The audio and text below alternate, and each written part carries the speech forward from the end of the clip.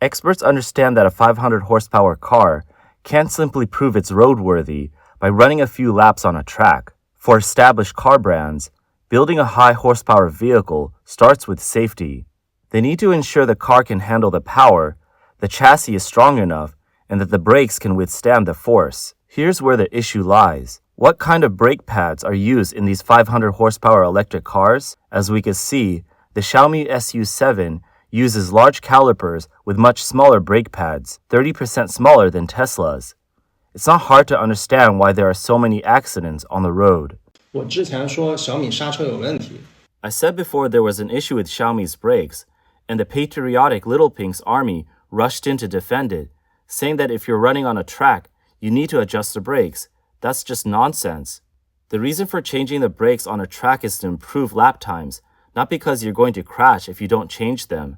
These people are completely twisting the facts. Many people take stock cars to the track, and there are plenty of cars worth tens of thousands that go on the track without changing the brakes. Why hasn't anyone ever said that you'll crash if you don't modify the brakes? And when other people crash, it's usually because of a lack of experience. They brake too late and end up going off the track. But the two people who crashed with Xiaomi, Tan Zhu and Zhao Zhu, are both leading track vloggers and experienced players in the racing scene. They managed to crash twice in 1 week, both for the same reason. The brakes couldn't stop the car. Can you really say there's nothing wrong with Xiaomi's brakes? You claim to have a high-performance car, but the stock car can't even go on the track. Isn't that ridiculous? Tan Zhu's crash wasn't too bad. He was going through a turn and noticed the brakes had failed. His speed wasn't too high. He just went off the track. But do you know how dangerous Zhao Zhu's crash was? He was speeding on a straightaway, going over 200 kilometers an hour, and when he braked, he found the brakes were gone. Luckily, Zhao Zhu had a lot of experience, so he managed to avoid serious harm. But someone with less experience might not have made it. Can you Little Pink still defend this? This is a huge safety risk, and you're still trying to cover for them? It's shocking, really.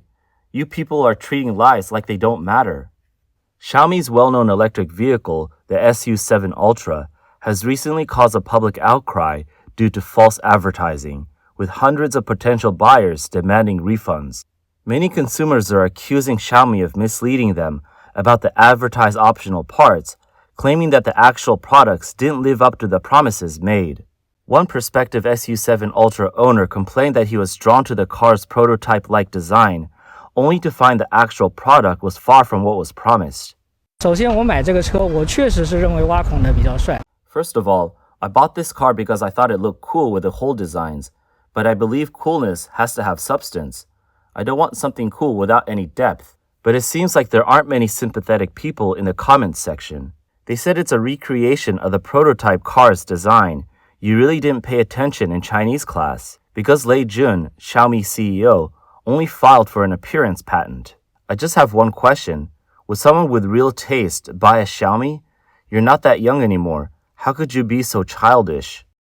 The SU7 Ultra was released on February 27, priced at 530,000 yuan, marketed as the fastest four-door production car on Earth. One of its features, a 42,000 yuan carbon fiber dual airflow front hood, was promoted as a recreation of the prototype car design, boasting aerodynamic functions and wheel hub cooling effects. Xiaomi's official statement and CEO Lei Jun repeatedly emphasized that the component was not really uniquely designed, but also structurally improved. However, after taking delivery, the owners found that the component was merely a decorative cover with two small holes and a plastic bracket, almost identical to the standard version, with far less functionality than advertised.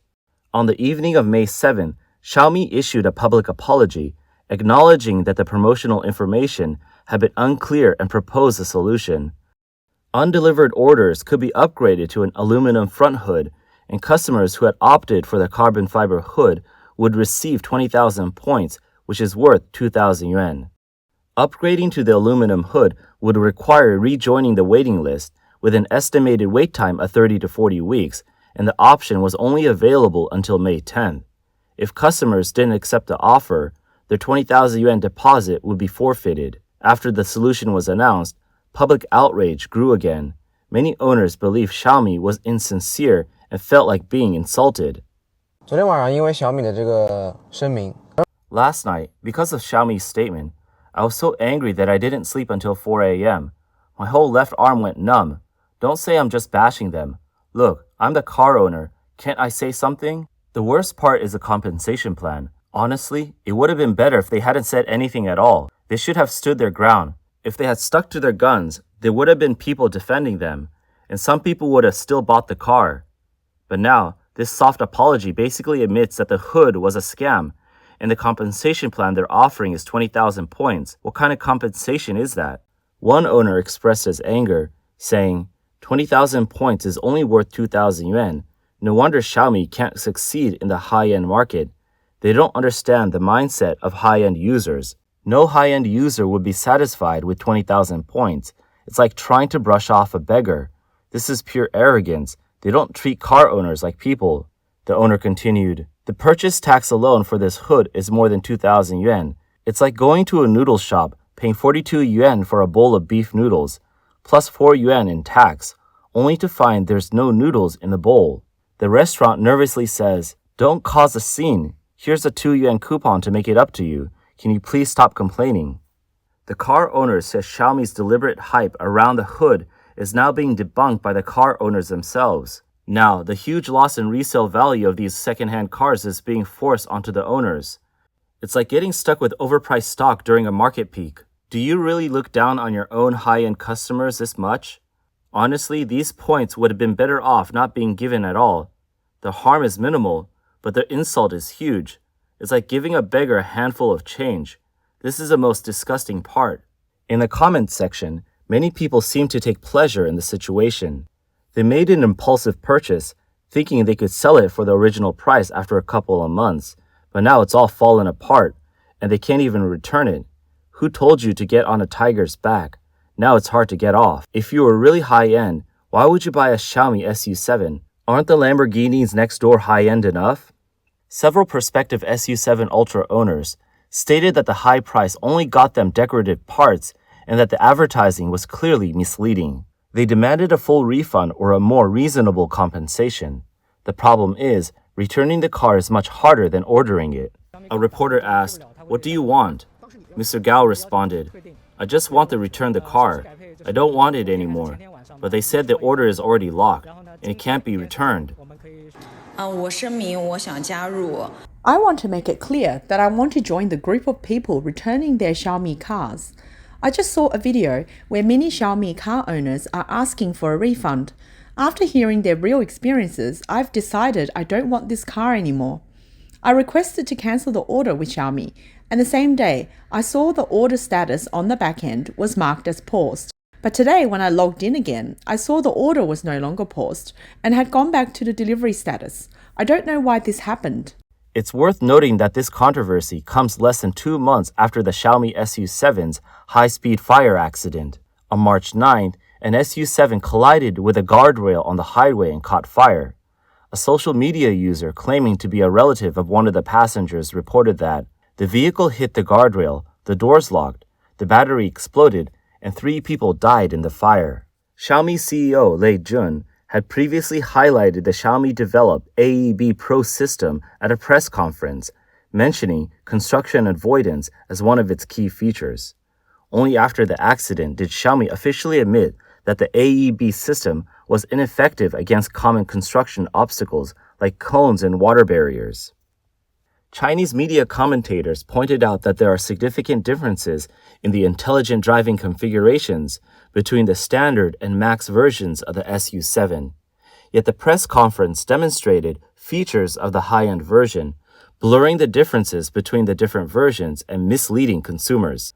What's more worrying is that the market tactic of high-end demos, low-end cuts has become a common issue in the industry. Reports have mentioned that companies like Huawei, XPeng, and NIO also exaggerate the actual effects of their intelligent driving systems. Furthermore, some users have revealed that Xiaomi made unauthorized changes to the car's power output in the back end, leading yet to another round of complaints. 小米后台一个操作，小米速七 Ultra 的马力就从1548变成了900。 With one operation in Xiaomi's back end, the horsepower of the Xiaomi SU7 Ultra went from 1,548 horsepower to 900. How absurd and serious is this? First, I'd like a professional to explain.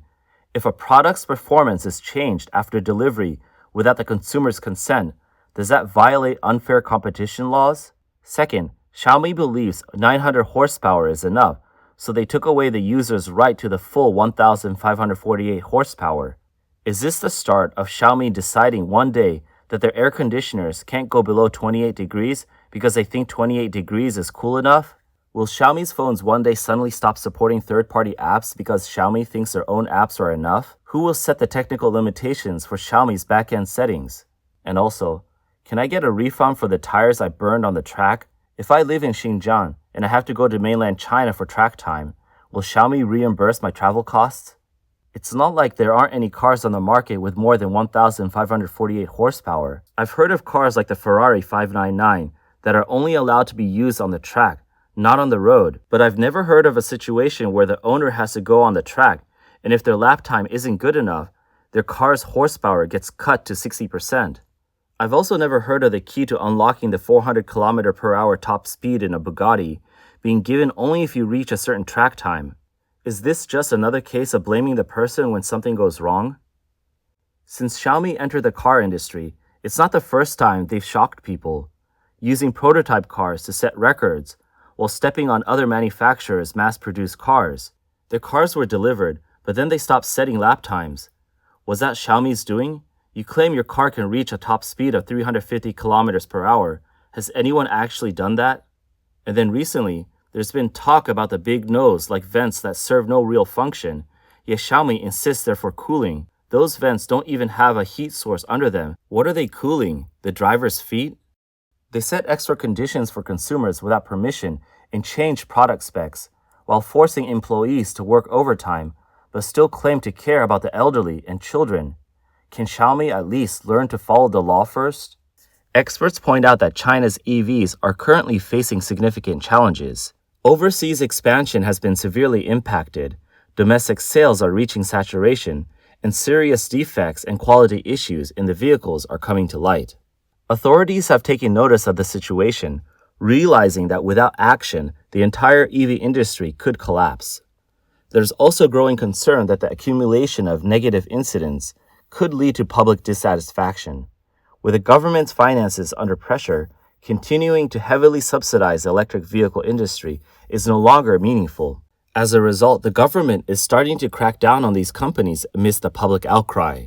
On May 9th, Chinese state media outlet Xinhua published an article titled, "Adjusting Smart Driving is a Rational Upgrade," stating that in mid-April, the Ministry of Industry and Information Technology held a meeting requiring car manufacturers to clearly define system functions and safety measures, and not exaggerate or mislead in advertising. The use of terms like autonomous driving, self-driving, smart driving, and advanced smart driving was prohibited. The article explained that smart driving had become a buzzword, but the reality didn't match the hype. According to the International Standards for Autonomous Driving Systems released in 2014, the levels of range from L0 to L5, with L3 and above being considered conditional autonomous driving. As a result, L3 became the unspoken ceiling for car companies' autonomous driving systems, and they heavily marketed features under the terms like upgraded L2, L2+, and L2.9. Eventually, they used smart driving as an umbrella term to exaggerate the capabilities of their systems, even encouraging users to remove their hands from the steering wheel during driving tests. In some cases, drivers have used these driving assistant features to the extreme, cutting their nails, playing on their phones, and even sleeping while driving, creating situations that are alarming to witnesses. Completely halting these exaggerated and irresponsible claims, while objectively informing consumers about the limitations and risks of technology, is undoubtedly a rational move. On May 5th, car companies like Li Auto, Xiaomi, NIO, Avatar, and Xpeng began to tone down their promotional messaging in stores. Xiaomi adjusted the wording on its SU7 order page, citing smart driving to drive assistance. According to Chinese media reports, in 2020, there were 72 fires involving EVs. In 2021, there were around 3,000 such fires. In the first quarter of 2022, there were 640 incidents. In 2023, there were over 2,100.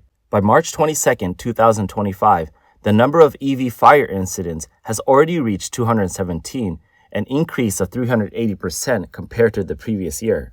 Residents in Shanghai have expressed concerns, stating, Chinese-made EVs are far less reliable than gas-powered ones. Charging times are too long, and you can always see long queues for charging on the highways. Charging stations and other infrastructure haven't kept up.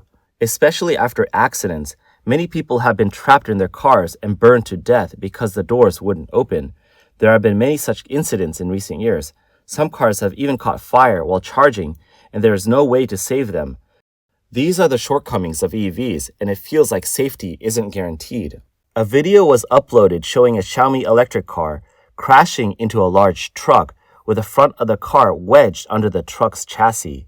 None of the airbags deployed in the Xiaomi car. In the comments section, people commented and said, "You can't blame Xiaomi. The crash position, angle, and impact force didn't meet the standards." Buying a Xiaomi really takes guts. I have to say, I'm impressed. A user on Douyin posted data questioning Xiaomi's responsibility and suggested it's time Lei Jun woke up. When the Xiaomi SU7 catches fire again, Lei Jun might finally realize that making cars is not the same as making phones. To avoid more disasters, we need to figure out if Xiaomi's car-making technology really has fatal flaws. To achieve so-called extreme cost performance, what safety risks does a Xiaomi SU7 hide? Should Lei Jun's car-making myth finally be debunked? The standard version of the Xiaomi SU7, in simple terms, is a budget version that cuts corners. It lacks LiDAR, advanced smart driving features, dual Orin computing chips, and battery cell inversion technology. To meet its price target of 216,000 yuan, Xiaomi even reduced the battery pack procurement price to 85% of the industry average. This led to insulation material suppliers changing their battery cell sorting standards 3 times. Additionally, the battery management system was downgraded from the Infineon TC397 chip to a domestic alternative. When compared to the SU7 Pro, which uses CATL's Qinlin battery, the standard version of the SU7 uses BYD's Blade battery, which has clear flaws in craftsmanship. The battery pack casing is made of 6000 series aluminum alloy with a yield strength of 180 MPa, much lower than the 1500 MPa high-strength steel commonly used in the industry. The fireproof material used in cheap aluminum silicate fiber felt, which can withstand temperatures of 800 degrees Celsius, while the mainstream aerogel can withstand 1200 degrees Celsius. The pressure sensitivity threshold is 30% higher than the industry standard, and the gap between battery cell only allows for a 2 mm cooling space, while the standard is typically 5 mm. A content creator raised the question, what do these numbers mean? There's no doubt that the low-spec version of the Xiaomi SU7 has significant safety risks. Given this, what is the likelihood of it being recalled?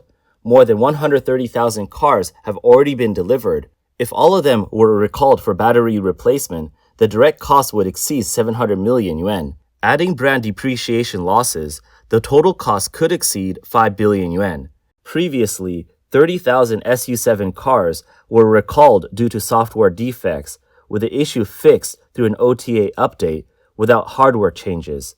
If Xiaomi admits to battery design flaws this time, it could undermine the foundation of their cost-performance king reputation.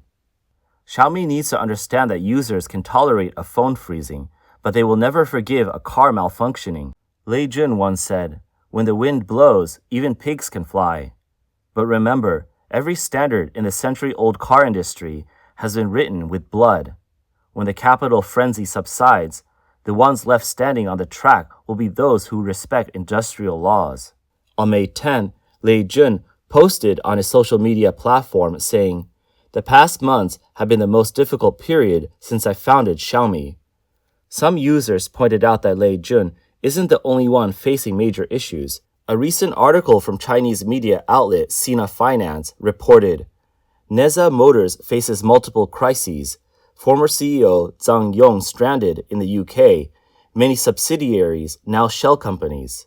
On April 16, a user on Douyin revealed that Zhang Yong had escaped through Thailand and warned domestic investors to pay attention to the risks. 哪吒汽车前 CEO 被发现人已经在英国了。This blogger said that China's new car makers have quickly gone from sparks flying to a mess on the ground.